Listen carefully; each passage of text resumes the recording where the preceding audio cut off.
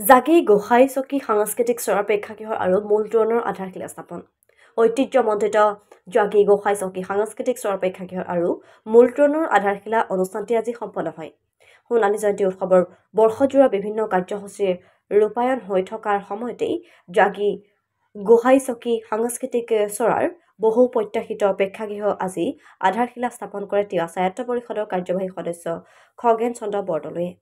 লগতে জাগি অঞ্চলটোৰ গৌৰৱ শিল্পী কানকেশ্বৰ বৰুৱা, কনিষ্ঠ পুত্ৰ তথা ভাস্কৰ্য শিল্পী বুবুল বৰুৱাই দান কৰা আৰু নিজা পৰিকল্পনাৰে নিৰ্মাণ কৰিব বিচৰা তোৰণটোৰ একেলগে আধাৰশিলা স্থাপন কৰা হয়।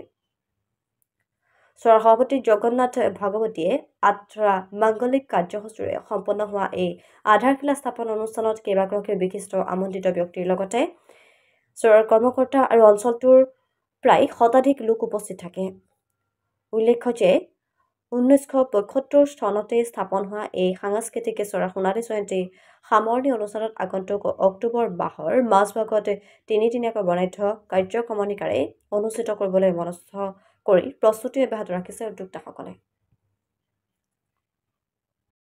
বিশেষভাৱে এটা জাগীৰ সমষ্টি বুলি নহয়, মৰিগাঁও জিলাৰ আমাৰ শিক্ষা আৰু বেহা-বেপাৰ বিভিন্ন ক্ষেত্ৰত বিশেষকৈ গৌৰৱ বহন কৰি আহিছে আমাৰ জাগি অঞ্চলে। আজি জাগিৰ দৰে এটা অতি প্ৰতিষ্ঠিত অঞ্চলত বিশেষভাৱে সাংস্কৃতিক চৰাৰ প্ৰেক্ষাগৃহটি আজি ভূমি পূজন হৈ গৈছে। এই অনুষ্ঠানটিয়ে সাহিত্য কবিতাৰ লগতে সাংস্কৃতিকভাৱে মানুহখিনি আগুৱাই নিয়াত এই অনুষ্ঠানটোৱে যথেষ্ট সহায় কৰিব আৰু বহুতো ইয়াতে অজ্ঞাতে থকা আমাৰ কিছু প্ৰতিভাৰ বিকাশ হোৱাৰ বিশেষ ব্যৱস্থা থাকিলে আমি অনুষ্ঠানটো খুব ভালভাৱে নিৰ্মাণ কৰি এই ক্ষেত্ৰত সকলো সহায় আৰু সহযোগিতা আশা কৰি বাকীখিনি কাম আমি সকলোৱে ৰাইজক লৈ এই প্ৰেক্ষাগৃহটো সুন্দৰভাৱে নিৰ্মাণ কৰি উলিয়াত আমি পূৰ্ণ সহায় আৰু সহযোগিতা আগবঢ়াবলৈ কথা দি মোৰ আজি যি ভূমি পূজন অনুষ্ঠানৰ বক্তব্য ইমানতে সামৰণি মাৰিছোঁ। আজিৰ দিনটো বহু দিনৰ বহু যুগৰ বুলি আমি ক'ম, আকাংক্ষিত দিন আৰু হয়তো এই পবিত্ৰ দিনটো জাগি গোহাঁই চকী সাংস্কৃতিক চৰাৰ ইতিহাসৰ এক উজ্জ্বল স্বাক্ষৰ বহন কৰিব আজিৰ দিন। ইতিমধ্যে আমাৰ অফিচ কাৰ্যালয় আমাৰ যি সামৰ্থ্য এই সামৰ্থ্যৰে আমাৰ অফিচ কাৰ্যালয় হৈছে বা ৰংগমঞ্চও কিছু বাকী থাকিলেও চলিব পৰাকৈ ৰংগমঞ্চখনো হ'ল।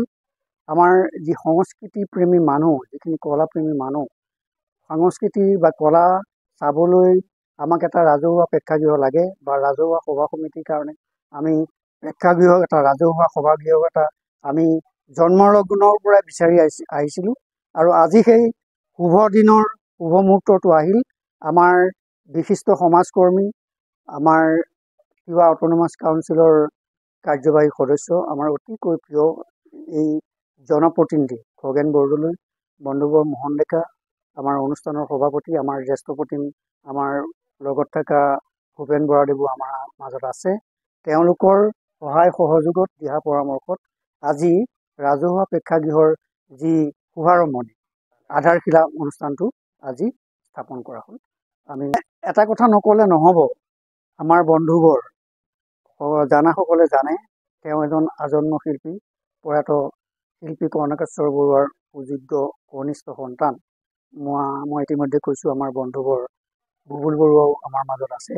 তেখেতৰ আগ্ৰহত আজি অনুষ্ঠানৰ যি শুভদাৰ আধাৰশিলা আমি আজি স্থাপন কৰিলোঁ আৰু এই সুযোগতে মই মোৰ বন্ধুবৰ বুবুল বৰুৱাদেৱৰ যি সংস্কৃতিক প্ৰেমী মন, যি সাংস্কৃতিক যাত্ৰা, যি কলাপ্ৰেমৰ উজ্জ্বল নিদৰ্শন, সেই শলাগ লৈ মই বন্ধু হিচাপে নহয়, অনুষ্ঠানৰ সভাপতি হিচাপে আমাৰ আন্তৰিক শলাগ দিয়াৰ লগতে আমি আৰু এই ক্ষেত্ৰত তিৱা অট'নমাছ কাউন্সিলে 5 লাখ টকাৰ এটা আৰম্ভ কৰিবলৈ আমাক অনুদান আগবঢ়াইছে।